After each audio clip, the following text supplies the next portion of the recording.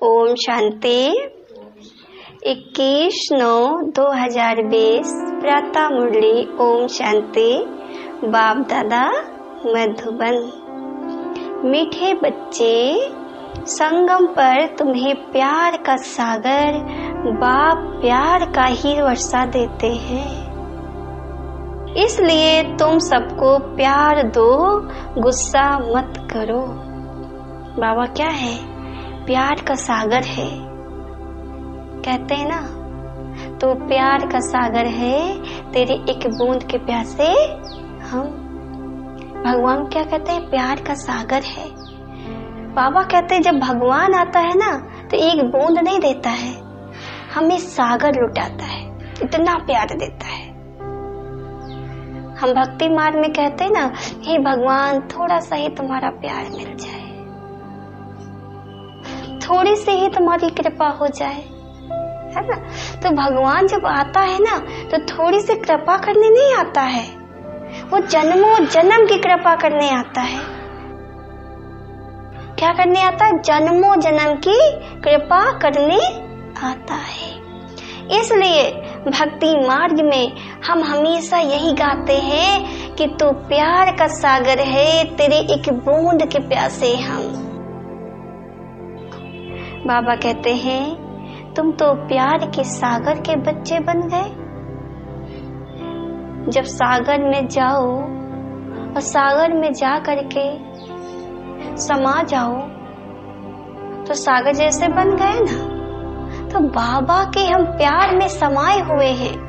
तो बाबा कहते तुम प्यार के सागर के बच्चे हो ना, तो तुम्हें सबको प्यार देना है, सबको प्यार देना है, गुस्सा नहीं करनी है। प्रश्न है, अपने रजिस्टर को ठीक करने के लिए बाप ने तुम्हें कौन सा रास्ता बताया है? अभी तो रजिस्टर खराब हो रहा था, हम चाहते थे हमारा रजिस्टर अच्छा बने, भगवान की निगाहों में बढ़िया ऊंचा उठे, लेकिन फिर भी अनजाने में भी गलतियां होती जा रही थी। कहते थे भगवान हम बहुत अच्छा कर्म करते हैं, लेकिन फिर भी गलतियां हो रही थी। तो बाबा ने हम बच्चों को बताया कि अपना रजिस्टर कैसे सही करो। पहले क्या था कि कहते जरूर थे कि झूठ ना बोलो, फरेब ना करो, धोखा ना दो, किसी का चोरी ना करो, कहते थे, लेकिन किस विधि से हम ये कर्म करें वो जानते नहीं थे। इस वजह से गलतियां हो जाती थी। तो बाबा आज हमें कैसे अपना रजिस्टर सही करें इसके विषय में बताने आया है, उसका रास्ता बता रहे हैं। उत्तर है, प्यार का ही रास्ता बाप तुम्हें बतलाएंगे। श्रीमत देते हैं बच्चे, हर एक के साथ प्यार से चलो, किसी को भी दुख नहीं दो, कर्म इंद्रियों से कभी भी कोई उल्टा कर्म नहीं करो, सदा यही जांच करो कि मेरे में कोई आसुरी गुण तो नहीं है। अपने में चेक करो, हमारे अंदर कोई आसुरी गुण तो नहीं है, मूड़ी तो नहीं हूँ। बहुत लोग होते हैं ना, मूड आया तो कर लिया, अब मूड नहीं आया तो नहीं किया। वो अपने मूड के हिसाब से चलते हैं, मन के हिसाब से चलते हैं। फिर लाख काम बिगड़ जाए लेकिन मूड नहीं है तो नहीं करेंगे। तो ऐसे तो नहीं हूँ, ऐसे तो नहीं हूँ, ये अंदर चेक करना है। कोई बात में बिगड़ता तो नहीं हूँ। क्या होता है जब मूड खराब होता है ना, मन खराब होता है, तो छोटी सी गलती कोई बच्चा कर दे तो गुस्सा ज्यादा आता है। और हमारा मन अच्छा होता है, खुश होते हैं, तो बड़ी भी गलती हो जाती है तो कहते चलो हो गया होगा, बच्चा है। तो सोचो ये कंडीशन हमारे साथ क्यों है? क्योंकि हमारी आत्मा में जो बुद्धि रूपी शक्ति है ना, आज वो काम नहीं कर रही है। मन जो कर्मचारी है ना, आज जो भाग रहा है, इसलिए हम आज डिसाइड नहीं कर पाते हैं कि हमारे साथ ऐसा हो क्यों रहा है। आज छोटी गलती में इतना गुस्सा, अगर बड़ी गलती में भी गुस्सा नहीं, ऐसा क्यों? क्योंकि आज हमारा मन खुश था, कल मेरा मन खुश नहीं था।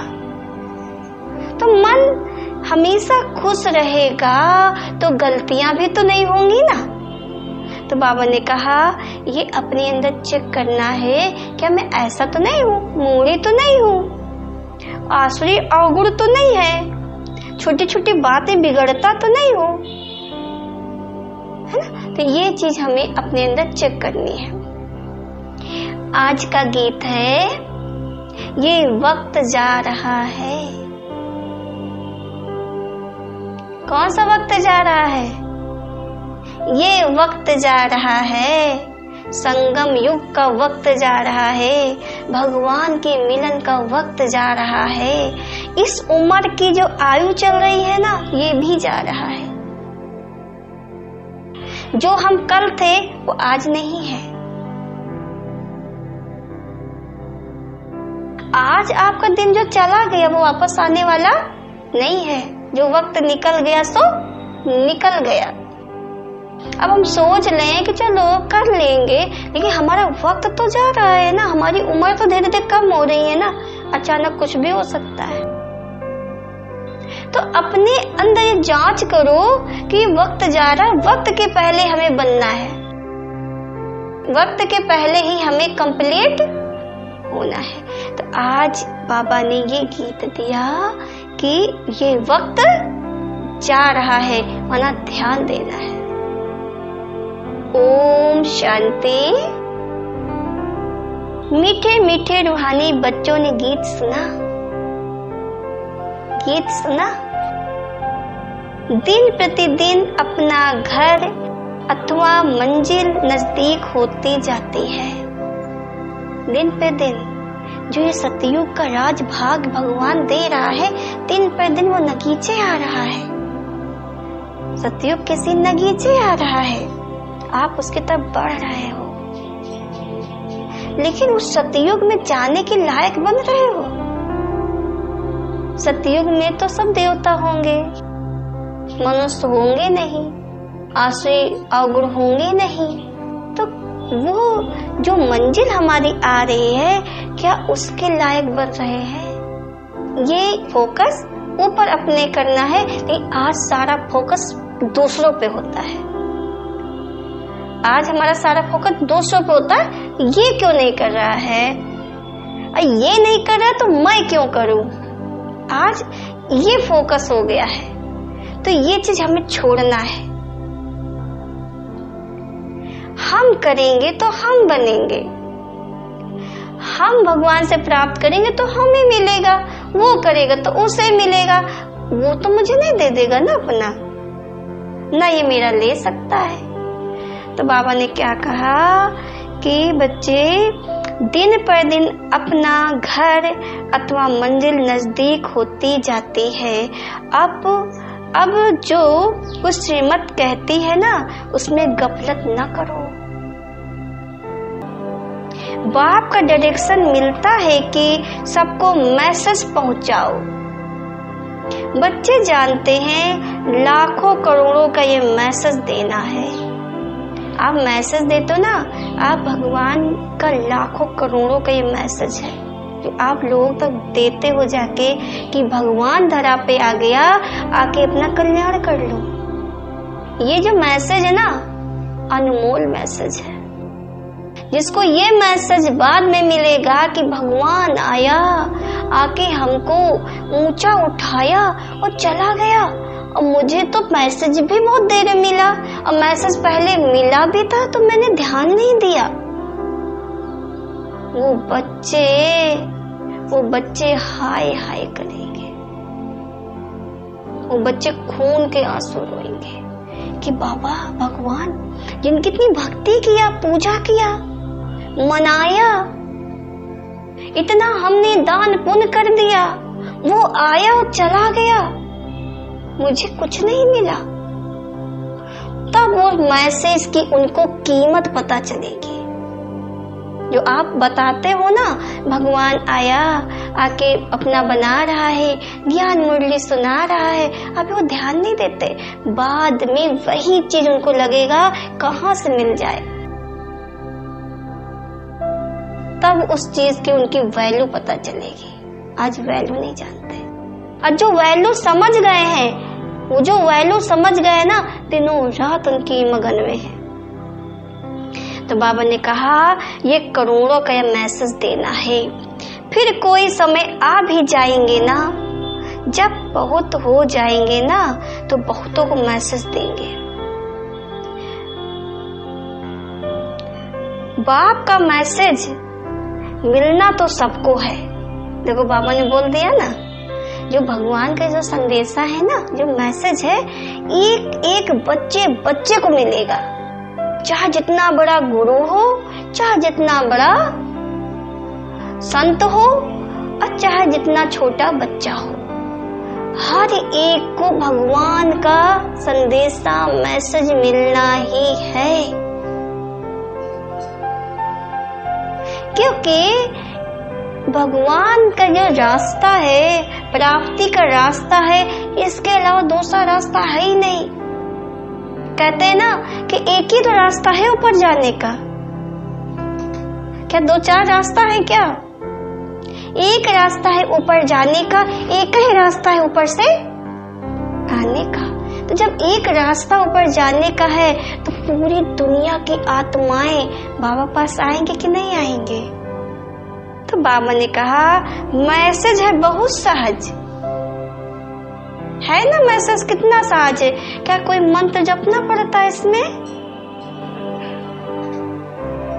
इतना सहज है कि एक छोटा बच्चा भी बाबा का संदेशा दे दे, एक बूढ़ी माता भी संदेशा दे दे। इतना सहज है। अनपढ़ भी दे दे, पढ़ा लिखा भी दे दे, इतना सहज है।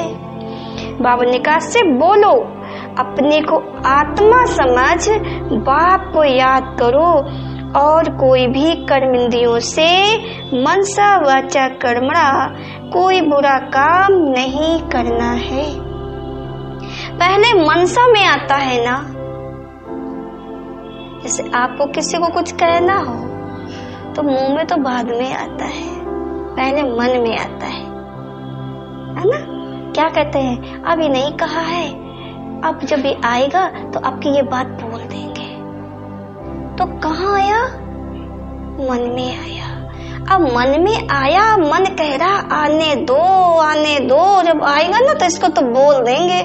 अब मुंह इंतजार कर रहा है, आओ तो मैं इसको बोलूं। तो बाबा ने कहा पहले तो मन में आता है ना, तब वाचा में आता है, तब आप वाणी से बोलते हो।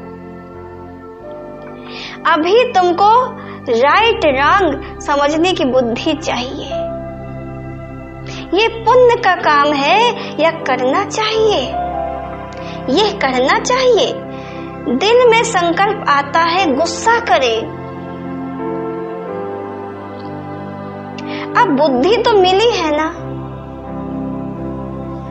देखो मन में आप गुस्सा भी कर सकते हो और अच्छा भी कर सकते हो, लेकिन आपको बुद्धि भगवान ने दी है। गुस्सा करने से लाभ है कि गुस्सा ना करने से लाभ है? हम बहुत सी चीजें प्यार से भी करा सकते हैं और मार के भी करा सकते हैं, लेकिन मार के कराने में अगले को भी दुख होता है और स्वयं भी बाद में दुख होता है। तो भगवान ने कहा प्यार से कराओ, जब प्यार से कराएंगे तो प्यार वापस आएगा। तो बुद्धि भगवान ने दी है कि कैसे हमें करना है। तो बाबा ने कहा अगर गुस्सा करेंगे तो पाप बन जाएगा ना, कोई फायदा है? पाप बन जाएगा। बाप को याद करने से पुण्य आत्मा बन जाएंगे। ऐसे नहीं अच्छा अभी हुआ फिर नहीं करेंगे, कह देता ना बाबा क्या करे, बात बड़ी थी तो थोड़ा सा गुस्सा कर दिया, लेकिन खाता तो खराब हो गया, पाप तो चढ़ गया, नुकसान तो हो गया, किया तो थोड़ा सा लेकिन मिला बहुत सा। तो क्या करना है? बाबा ने कहा चेक करना है, हमें गुस्सा नहीं करनी है। ऐसे फिर कहते रहने से आदत पड़ जाएगी। क्या कहते बाबा, थोड़ा सा किया ना तो आदत पड़ जाएगी ना रोज रोज कहने की। जैसे आप लोग क्या थोड़ा सा लेट हो जाते हो तो क्या कहते हो, दीदी थोड़ा सा लेट हुए हैं, चलो बैठ जाते हैं। फिर दूसरे दिन होता है ना, फिर थोड़ा सा लेट हो जाते हैं, तो धीरे धीरे आदत पड़ जाती है। ये संस्कार है, जैसे आप करोगे ना वो संस्कार बार बार रिपीट होने लगते हैं। अगर आप उसको चेंज नहीं करोगे तो आपको स्वयं उसको चेंज करना पड़ेगा। बाबा ने कहा मनुष्य ऐसा कर्म करते हैं तो समझते हैं ये पाप नहीं है, विकार को पाप नहीं समझते हैं। अभी बाप ने समझाया है ये बड़े से बड़ा पाप है, इस पर जीत पाना है और सबको बाप का मैसेज देना है कि बाप कहते हैं मुझे याद करो, मौत सामने खड़ा है। बाबा ने क्या कहा, जब घर में मुश्किलें आ जाती हैं, संकट आ जाता है तो क्या कहते हैं, भगवान को याद करो। फिर और कोई सहारा दिखाई नहीं देता, कहते भगवान को याद करो। आज पूरी दुनिया में आफतें आई हैं, पूरी दुनिया में विघ्न आए हैं। बाबा क्या कह रहे हैं, मौत सामने खड़ा है, बाप को याद करो, भगवान को याद करो। कैसे कैसे देखो कंडीशन कैसे कैसे चेंज हो रही है, बदलती जा रही है, परिवर्तन हो रहा है। तो आपको भी अपना परिवर्तन करते रहना है। अगर आप सोचो मैं एक जगह खड़ा हो जाऊं और दुनिया में जो होता है होने दो, समय जैसा चलता चलने दो, तो समय तो चलता रहेगा, लेकिन आप वहीं के वहीं रह जाओगे, समय भाग जाएगा। बाद में समय आपके हाथ में आने वाला नहीं है। तो बाबा ने कहा है कि समय कह रहा है आपसे कि अब केवल भगवान को याद करो, इसके अलावा कोई चारा नहीं है। जब कोई मरने पे होते हैं तो उनको कहते हैं ना गॉड फादर को याद करो। देखो बाबा ने फिर बोल दिया ना, ये जब कोई शरीर छोड़ते हैं तो बोलते हैं ना भगवान को याद करो, राम राम बोलो, है ना।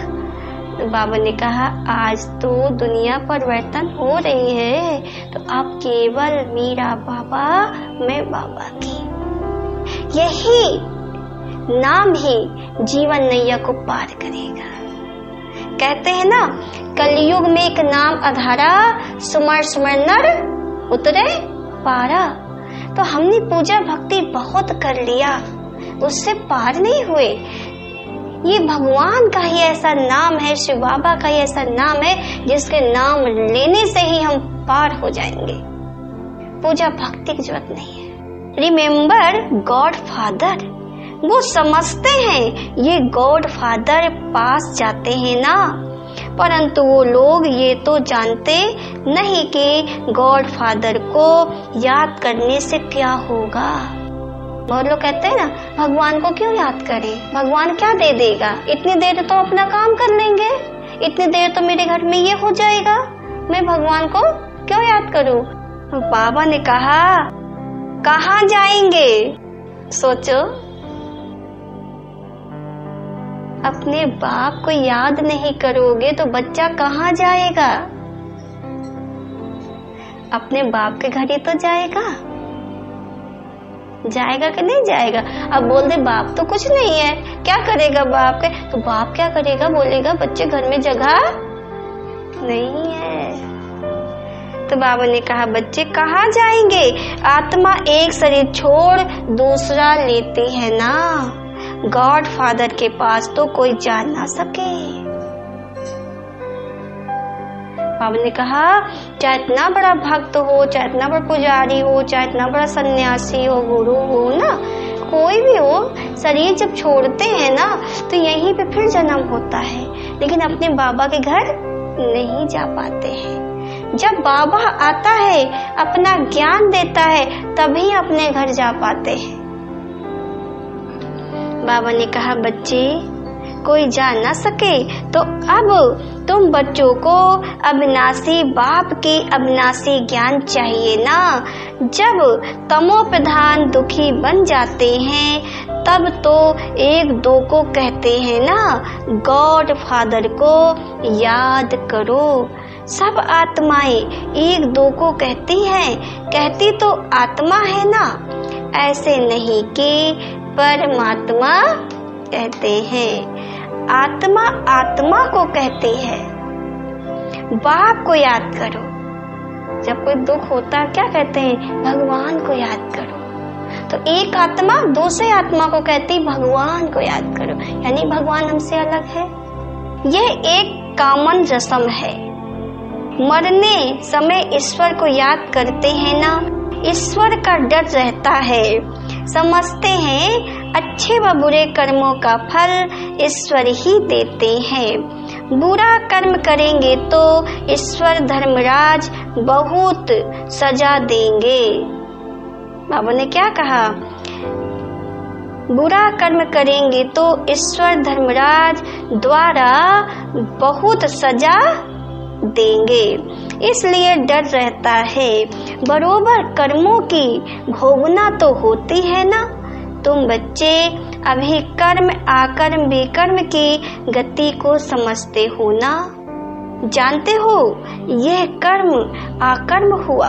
याद में रहे, जो कर्म करते हैं ना वो अच्छे करते हैं। रावण राज में मनुष्य बुरे कर्म ही करते हैं ना, राम राज में बुरा काम कभी होता नहीं। अब श्रीमत तो मिलती रहती है, कहाँ बुलावा होता है, ये करना चाहिए वो नहीं करना चाहिए। हर बात में पूछते रहो। समझो कोई पुलिस की नौकरी करते हैं तो उन्हें भी कहा जाता तुम पहले प्यार से समझाओ। क्या कहते हैं? जो पुलिस की नौकरी करते हैं ना तो उन्हें समझाया जाता है पहले प्यार से समझाओ, और ना समझे तो फिर मार के समझाओ। तो बाबा ने क्या कहा? सच्ची ना करे तो बाद में मार। अगर सच्ची बात नहीं बोल रहा है, झूठी बोल रहा है तो मार। प्यार से समझाने से हाथ आ सकते हैं, परंतु उस प्यार में भी योग बल भरा होगा तो उस प्यार की ताकत से कोई भी समझाने से समझेंगे। ये तो जैसे ईश्वर समझाते हैं ना, तुम ईश्वर के बच्चे योगी हो ना, तुम्हारे में भी ईश्वरी ताकत है। ईश्वर प्यार का सागर है, उसमें ताकत है ना। सबको वर्षा देते हैं, तुम जानते हो स्वर्ग में प्यार बहुत होता है। अभी तुम प्यार का पूरा वर्षा ले रहे हो। सोचो सामने जो प्यार का सागर ही खड़ा हो तो क्या प्यार की कमी हो सकती है? आप सागर में जाओगे ना, आप दूर भी खड़े रहोगे तो लहरें आएंगी, आपको नहला के चली जाएंगी।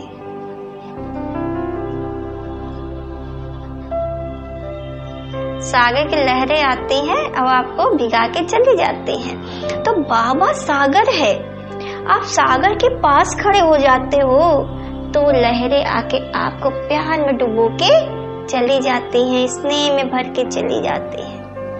तो सागर से कहना नहीं पड़ता है हे प्यार के सागर मुझे प्यार दो, मुझे प्यार दो। नहीं, वो तो खुद ही सागर है और पास जाने से ही प्यार का लहरें उठ जाती हैं और हमें भिगा देती हैं। स्वयं बाबा हमें प्यार देता है, मांगने की जरूरत नहीं है। लेते लेते नंबरवार पुरुषार्थ करते करते प्यारे बन जाएंगे। बाप कहते हैं किसको भी दुख नहीं देना है, नहीं तो दुखी होकर मरेंगे। लोग क्या सोचते हैं, मेरी ताकत ज्यादा है, इनको भी दुख दिया, इनको भी दुख दिया, इनको भी दुख दिया, किसी ने मेरा कुछ नहीं किया, मेरी ताकत ज्यादा है। लेकिन वो दुख आपने दिया है ना 4 लोगों की तरफ, अब 4 की तरफ से दुख आपको वापस आना है। तो जब दुख वापस आएगा तो दुखी में ही तो आत्मा जाएगी। बाबा ने कहा बाप प्यार का रास्ता बताते हैं,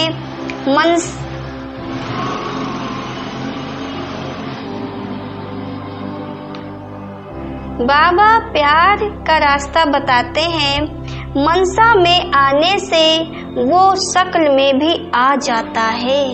सोचो अगर क्रोध आता है तो चेहरे में दिखता है कि नहीं दिखता है? दिखता है ना। क्रोधी व्यक्ति कैसे दिखाई देता है?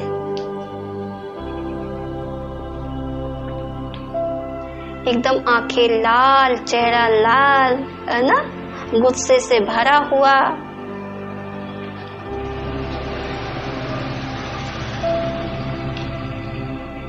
दिखता है ना, जो अंदर होता है वो चेहरे में दिखता है ना। तो क्या कहते हैं, अरे यार इनको गुस्सा बहुत आया है, इनसे कोई बात ना करो, नहीं तो कुछ मार ना दे, नहीं कुछ कह ना दे, भैया इनको ठंडा ठंडा पानी पिला, गुस्सा शांत हो जाए, बोलता है ना। तो शक्ल में दिखता है ना। कर्म इंद्रियों से कर लिया तो रजिस्टर खराब हो जाएगा। अंदर गुस्सा आया, चेहरे में दिखाया और हमने हाथ से कर डाला, मार दिया, मुझसे कुछ कह दिया, कर्म में ले आए ना। जब हम कर्म में ले आते हैं तो हमारा रजिस्टर खराब। तो बाबा ने कहा देवताओं की चाल चलन का गायन करते हैं ना, इसलिए बाबा कहते हैं देवताओं के पुजारियों को समझाओ। बाबा क्या कहते हैं, जो पूजा पाठ ज्यादा करते हैं ना उनको समझाओ। वो महिमा गाते हैं, आप सर्वगुण संपन्न, 16 कला संपूर्ण हो, और अपनी चाल चलन भी सुनाते हैं। तो उनको समझाओ, तुम ऐसे थे अब नहीं हो, फिर होंगे जरूर।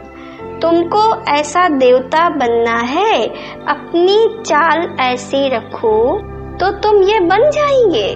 अपनी जांच करनी है, हम संपूर्ण निर्विकारी हैं, हमारे में कोई आसुरी गुण तो नहीं है, कोई बात में बिगड़ता तो नहीं हूँ, मूड़ी तो नहीं बनता हूँ।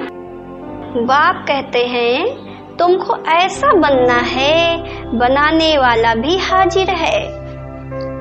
कहते हैं ना कल्प कल्प तुमको ऐसा बनाता हूँ, कल्प पहले जिन्होंने ज्ञान लिया है वो जरूर आकर लेंगे। बाबा ने कह दिया ना कि जो कल्प पहले 5000 वर्ष पहले लिया था बाबा से वही लेगा। जो देवी देवता बना था ना वही बनेगा, वही बनेगा, तब नहीं बनेंगे। पुरुषार्थ भी कराया जाता है ना और बेफिक्र भी रहते हैं। ड्रामा की नोंद ऐसी है, कोई कहते हैं ड्रामा में नोंद होगी तो जरूर करेंगे। बहुत लोग कहते हैं ना अरे ड्रामा में होगा तो कर लेंगे। बाबा कहते ड्रामा नहीं देखना है, हमें तो पुरुषार्थ करना है। अच्छा चार्ट होगा तो ड्रामा कराएगा क्या? समझा जाता है उनकी तकदीर में नहीं है। क्या कहते हैं कि अरे होगा तो करेंगे, नहीं होगा तो नहीं करेंगे। तो बाबा क्या कहते हैं इनके भाग्य में नहीं है, तकदीर में नहीं है, तो अपनी तकदीर को उसने लकीर लगा दिया कि आगे बढ़े ही ना। तो बाबा ने कहा तकदीर में नहीं है। पहले पहले भी एक ऐसे बिगड़ा था, तकदीर में नहीं था ना, बोला ड्रामा में होगा तो ड्रामा हमको पुरुषार्थ कराएगा। बाबा ने क्या कहा, 5000 वर्ष पहले जब सामने ये बात आई थी तो इसने यही बात बोली थी कि ड्रामा में होगा तो कर लेंगे, और इसने अपने भागों को नहीं बनाया। आज फिर वही चीज आई है, बाबा आपको ऊंचा उठाना चाह रहा है, लेकिन हमने क्या किया, भाग्य में होगा तो कर लेंगे। आज फिर वो रिपीट हो गया, तो तकदीर फिर वही की वही रह गई। हम तकदीर को ऊंचा उठा सकते हैं, आगे बढ़ सकते हैं, लेकिन हमने कुछ किया नहीं, तो वैसे वैसे रह गया। तो बाबा ने कहा, यही बोला था ना, हमको पुरुषार्थ कराएगा, ड्रामा हमको पुरुषार्थ कराएगा, बस छोड़ दिया।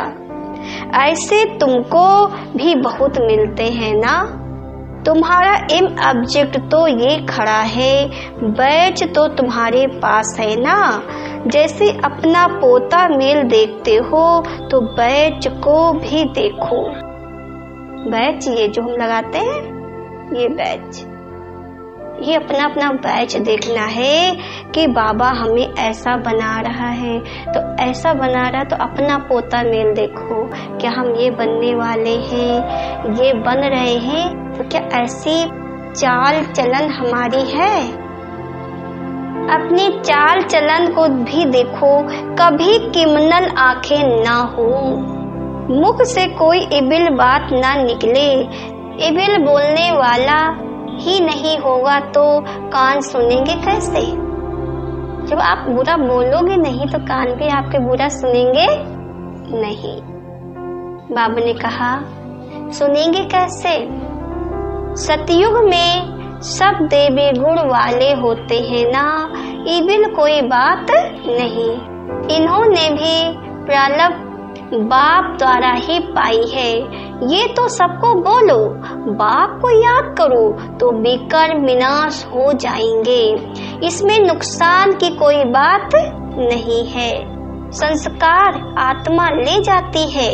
सन्यासी लोग तो फिर सन्यास धर्म में आ जाएंगे। झाड़ तो उनका बढ़ता रहता है ना। इस समय तुम बदल रहे हो, मनुष्य ही देवता बनते हैं। सब कोई इकट्ठे थोड़े ही आएंगे फिर नंबरवार। ड्रामा में कोई बिगड़ समय एक्टर थोड़े ही स्टेज पर आ जाएंगे। अंदर बैठे रहते हैं, जब समय होता है तो बाहर स्टेज पर आते हैं पार्ट बजाने।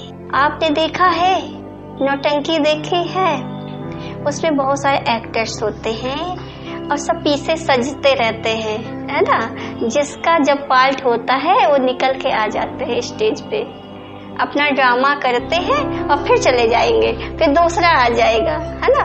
तो बाबा कह रहे हैं ये क्या है, ये क्या है, ड्रामा है, ड्रामा चल रहा है। तो बाबा ने कहा, बच्चे सब स्टेज पे आ जाते हैं पार्ट बजाने, वो है हद का नाटक और ये है बेहद का। बुद्धि में है हम एक्टर्स को अपने समय पर अपना पार्ट बजाना है। ये बेहद का बड़ा झाड़ है ना, नंबरवार आते जाते हैं।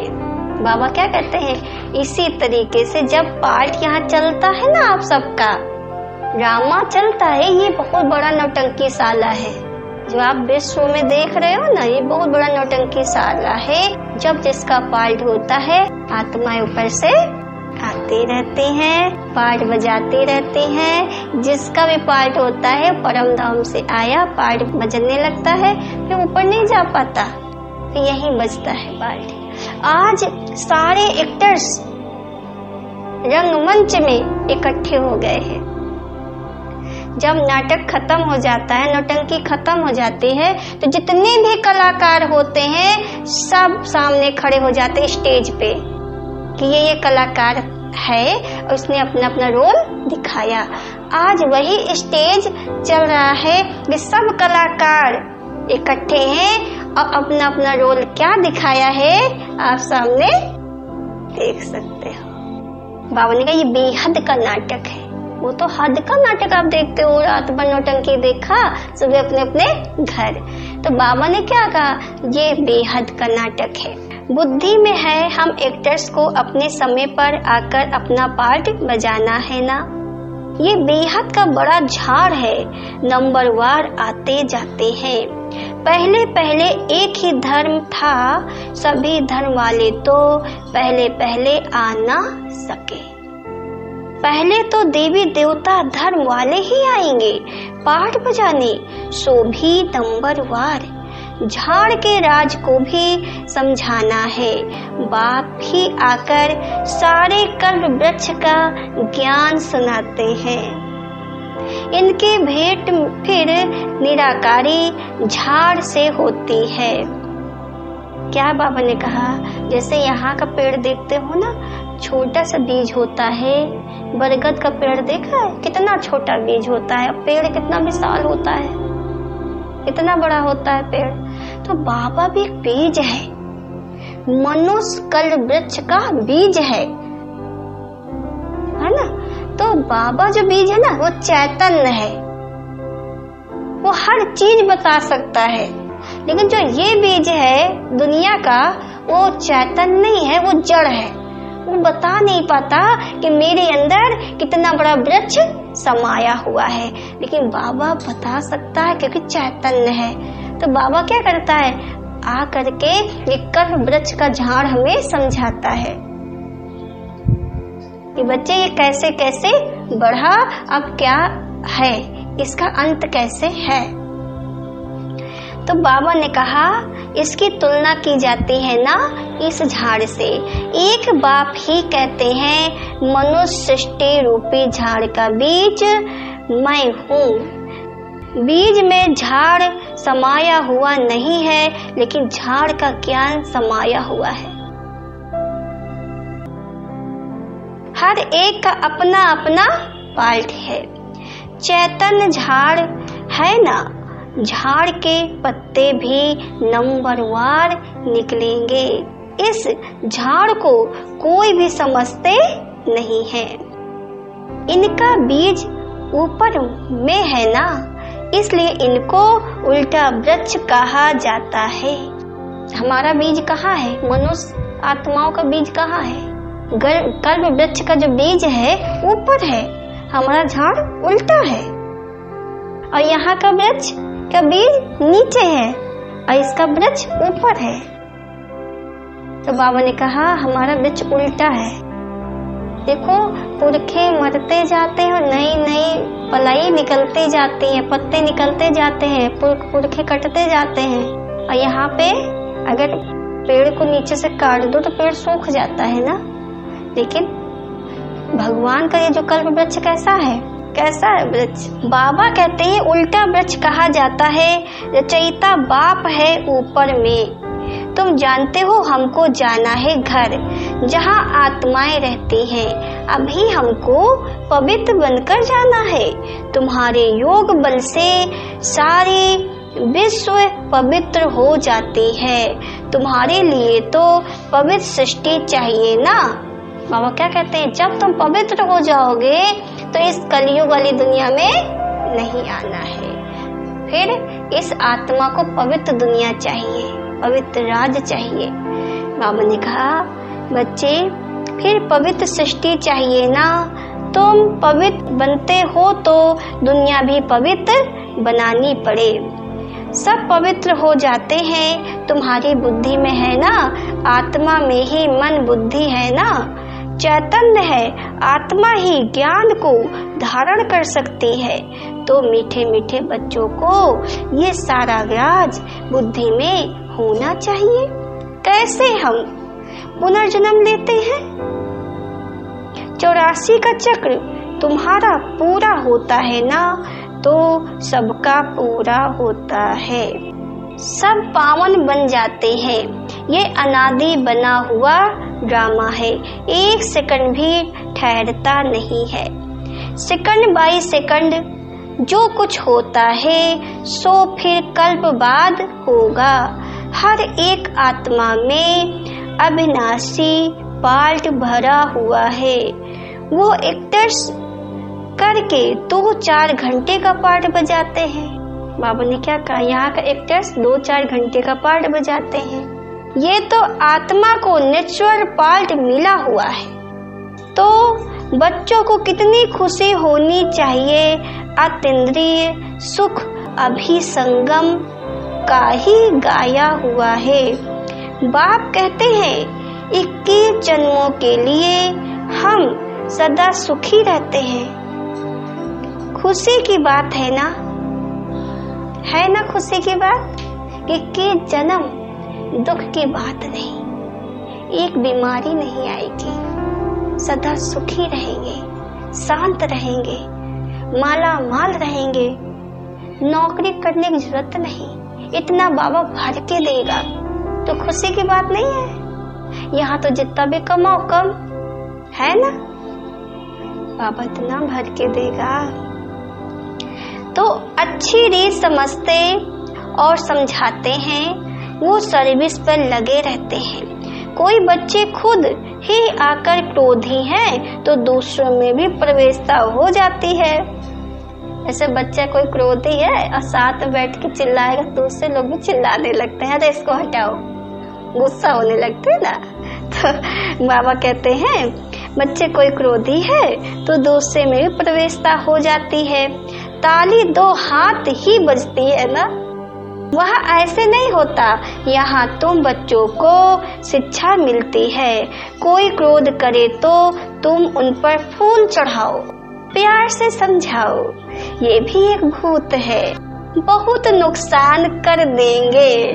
क्रोध कभी नहीं करना चाहिए। सिखलाने वाले में तो क्रोध बिल्कुल नहीं होना चाहिए। नंबरवार पुरुषार्थ करते रहते हैं। किसका तीव्र पुरुषार्थ होता है, किसका ठंडा। ठंडे पुरुषार्थ वाले जरूर अपनी बदनामी करेंगे। क्या करेंगे? बदनामी करेंगे। जो पुरुषार्थ नहीं करते, सेवा नहीं करते, बाबा की याद नहीं करते हैं, तो वो ठंडे हैं। अब वो कहीं बैठ जाएंगे तो क्या करेंगे, खुद तो नहीं कर पा रहे, फिर वो क्या कहेंगे, अरे चलो नहीं होता, इस नाम ले लिया करो, सब बाबा सब सुन लेता है। क्योंकि खुद तो हिम्मत नहीं है ना, तो दूसरों को भी हिम्मत बढ़ाते नहीं है।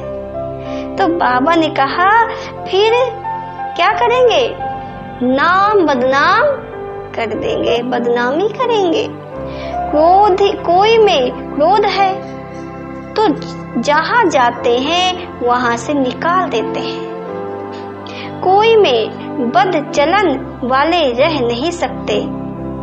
बाबा ने कोई भी बद चलन वाले रह नहीं सकते। इम्तिहान जब पूरा होगा तो सबको पता पड़ेगा कौन कौन क्या करते हैं, सब साक्षात्कार होगा। जो जैसा काम करते हैं उनकी ऐसी महिमा होती है। तुम बच्चे ड्रामा के आदि मत अंत को जानते हो ना, तुम सब अंतर्यामी हो अंतर्यामी। बाबा कह रहे हैं कि बच्चे तुम अंतर्यामी हो, क्योंकि तीनों लोक को जान गए और तीनों कालों को जान गए। आत्मा अंदर में जानती है ये सृष्टि चक्र कैसे फिरता है। सारे सृष्टि के मनुष्यों की चाल चलन का, सब धर्मों का तुम्हें ज्ञान है। उनको कहा जाएगा अंतर्यामी। बाबा ने क्या कहा, उनको कहा जाएगा अंतर्यामी। आत्मा को सब मालूम पड़ गया ना, सब पड़ गया ना। भगवान की लीला को जान गए। बाबा कैसे दुनिया को बनाते हैं, कैसे बच्चों का हाथ साथ लेते हैं, कैसे सहयोग लेते हैं नई दुनिया बनाने के लिए, सब जान गए हैं। धर्म कब कब आते हैं, क्या क्या करते हैं, सब जान गए। तो बाबा कहते हैं सब मालूम हो गया ना, ऐसे नहीं, भगवान घट घट वासी है, उनको जानने की क्या दरकार है। वो तो अभी भी कहते हैं जो जैसा पुरुषार्थ करेंगे ऐसा फल पाएंगे। बाबा क्या कह रहे हैं कि जो जैसा पुरुषार्थ करेगा वैसा फल पाएगा। मुझे जानने की क्या दरकार है, जो करता है उसकी सजा भी खुद पाएगा। बाबा क्या कह रहे हैं, बाबा को क्या जानने की दरकार है, कौन बच्चा क्या करता है क्या नहीं करता है, बच्चा करता है कि नहीं करता, झूठ बोलता है कि पाप कर्म करता है, क्या करता है, बाबा को जानने की क्या जरूरत है। बाबा ने कहा बच्चे जो करता है उसकी सजा ही वो खुद पाएगा। ऐसे चलन चलेंगे तो अधम गति को पाएंगे, पद बहुत कम हो जाएगा। उस स्कूल में तो नापास हो जाते हैं तो फिर दूसरे वर्ष पढ़ते हैं। ये पढ़ाई तो होती है ना कल्प कल्पांतर के लिए, अब ना पढ़े तो कल्पांतर नहीं पढ़ेंगे। जो बच्चा अभी नहीं पढ़ेगा ना तो कल्प नहीं पढ़ पाएगा, सदियों दूर हो जाएगा। जो सोच लेना कि अभी नहीं बाद में कर लेंगे ना तो कल्प दूर हो जाएगा भगवान से। ईश्वरी लॉटरी तो पूरी लेनी चाहिए ना।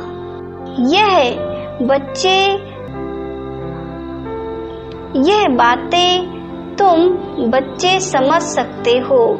जब भारत सुख धाम होगा तब बाकी सब शांति धाम में होंगे। बच्चों को खुशी होनी चाहिए। अब हमारे सुख के दिन आते हैं, दीपमाला के दिन नजदीक होते हैं ना तो कहते हैं ना बाकी इतने दिन है, फिर नए कपड़े पहनेंगे। तुम भी कहते हो स्वर्ग आ रहा है, हम अपना श्रृंगार करेंगे तो फिर स्वर्ग में अच्छा सुख पाएंगे ना। साहूकार को तो साहूकारी का नशा रहता है, मनुष्य बिल्कुल घोर नींद में है, फिर अचानक पता पड़ेगा ये तो सच कहते थे। क्या है जो भी दुकान वाले हैं है ना, अभी क्या कहते हैं बड़े बड़े साहूकार हैं, वो क्या कहते हैं अरे अभी तो मेरे पास टाइम नहीं है, अभी इसके अलावा मैं क्या करूं, है ना, फंसे हुए हैं। बाद में जब बाबा का पैगाम उनको समझ में आएगा तो क्या कहेंगे, अरे ये तो सच बताते थे, मैं पहले सुन लिया होता तो आज मैं इतना नीचे ना होता, आज मैं बाबा के संग होता। बाबा कहते हैं बच्चे अचानक पता पड़ेगा ये तो सच कहते थे, सच को तब समझेंगे जब सच का संग हो। तुम अभी सच के संग में हो ना। बाबा कहते हैं मनुष्य बिल्कुल घोर नींद में है, फिर अचानक पता पड़ेगा। साहूकार को तो साहूकारी का नशा रहता है, मनुष्य बिल्कुल घोर नींद में है, फिर अचानक पता पड़ेगा ये तो सच कहते थे। सच को तब समझेंगे जब सच का संग हो। तुम अभी सच के संग में हो। तुम सत्य बनते हो सत्य बाप द्वारा, वो सब असत्य बनते हैं असत्य द्वारा। अभी कॉन्टेस्ट भी छपा रहे हैं कि अभी भगवान क्या कहते हैं और मनुष्य क्या कहते हैं, मैगजीन में भी डाल सकते हो। आखिरीन विजय तो तुम्हारे ही है। जिन्होंने कल पहले पद पाया है वो जरूर पाएंगे, ये सर्टेन है ना। वहाँ अकाल मृत्यु होता नहीं, आयु भी बड़ी होती है। जब पवित्रता थी तो बड़ी आयु थी।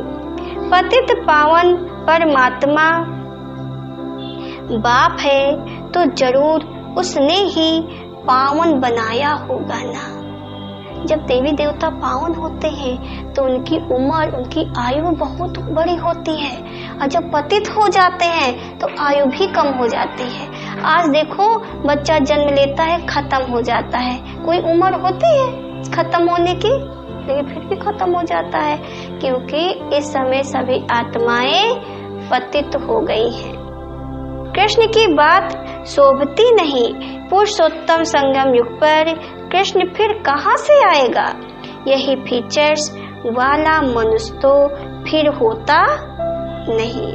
84 जन्म, 84 फीचर्स, 84 एक्टिविटी, ये बना बनाया खेल है।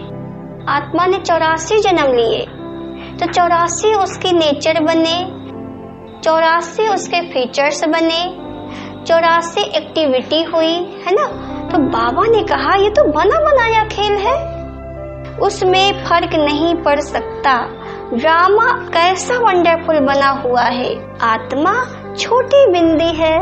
बुद्धि में सोचो, आत्मा तो इतनी छोटी बिंदी है, उसमें अनादि पाठ भरा हुआ है।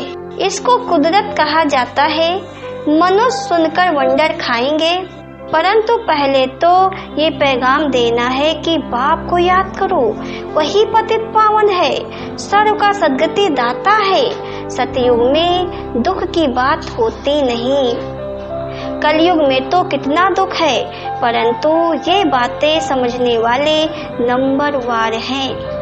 बाप तो रोज समझाते रहते हैं। बाबा ने कहा बाप तो रोज समझाते रहते हैं। तुम बच्चे जानते हो शिव बाबा आया हुआ है हमको पढ़ाने, फिर साथ ले जाएंगे। साथ में रहने वालों से भी बंधेलियां ज्यादा याद करती हैं। कल भी बाबा ने बोला था ना, आज भी बाबा बोल रहे हैं कि साथ में जो रहते हैं ना बाबा के, वो कम याद करते हैं, लेकिन जो बंधेलियां हैं, जो फंसी हैं, जो बंधी हैं, वो बाबा को ज्यादा याद करती हैं। वो ऊंच पद पा सकती है, ये भी समझ की बात है ना। बाबा की याद में बहुत तड़पती है। बाप कहते हैं बच्चे याद की यात्रा में रहो, देवी गुण भी धारण करो तो बंधन कटते जाएंगे। जितने बंधन बंधे हैं दुनिया में, बाबा क्या कहता है, मुझे याद करो तो ये बंधन कटते जाएंगे। पाप का घड़ा खत्म हो जाएगा। जो पाप का घड़ा भरा है ना आत्मा में, वो खत्म हो जाएगा। अच्छा मीठे मीठे सिकलंदे बच्चों, प्रतिमात पिता बाप दादा का याद प्यार, गुड मॉर्निंग। रूहानी बाप के रूहानी बच्चों को नमस्ते। हम रूहानी बच्चों की तरफ से रूहानी बाप दादा को याद प्यार, नमस्ते नमस्ते नमस्ते। ओम शांति बाबा, ओम शांति। मुख्य सार है, पहला पॉइंट, अपनी चाल चलन देवताओं जैसी बनानी है। कोई भी इबिल बोल मुख से नहीं बोलने हैं। ये आंखें कभी किम्नल ना हो। दूसरा पॉइंट, क्रोध का भूत बहुत नुकसान करता है ना, ताली दो हाथ से बजती है।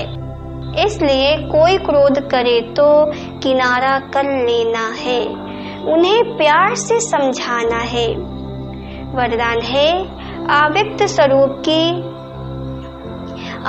स्वरूप की साधना द्वारा पावरफुल वायुमंडल बनाने वाले अव्यक्त फरिश्ता भव।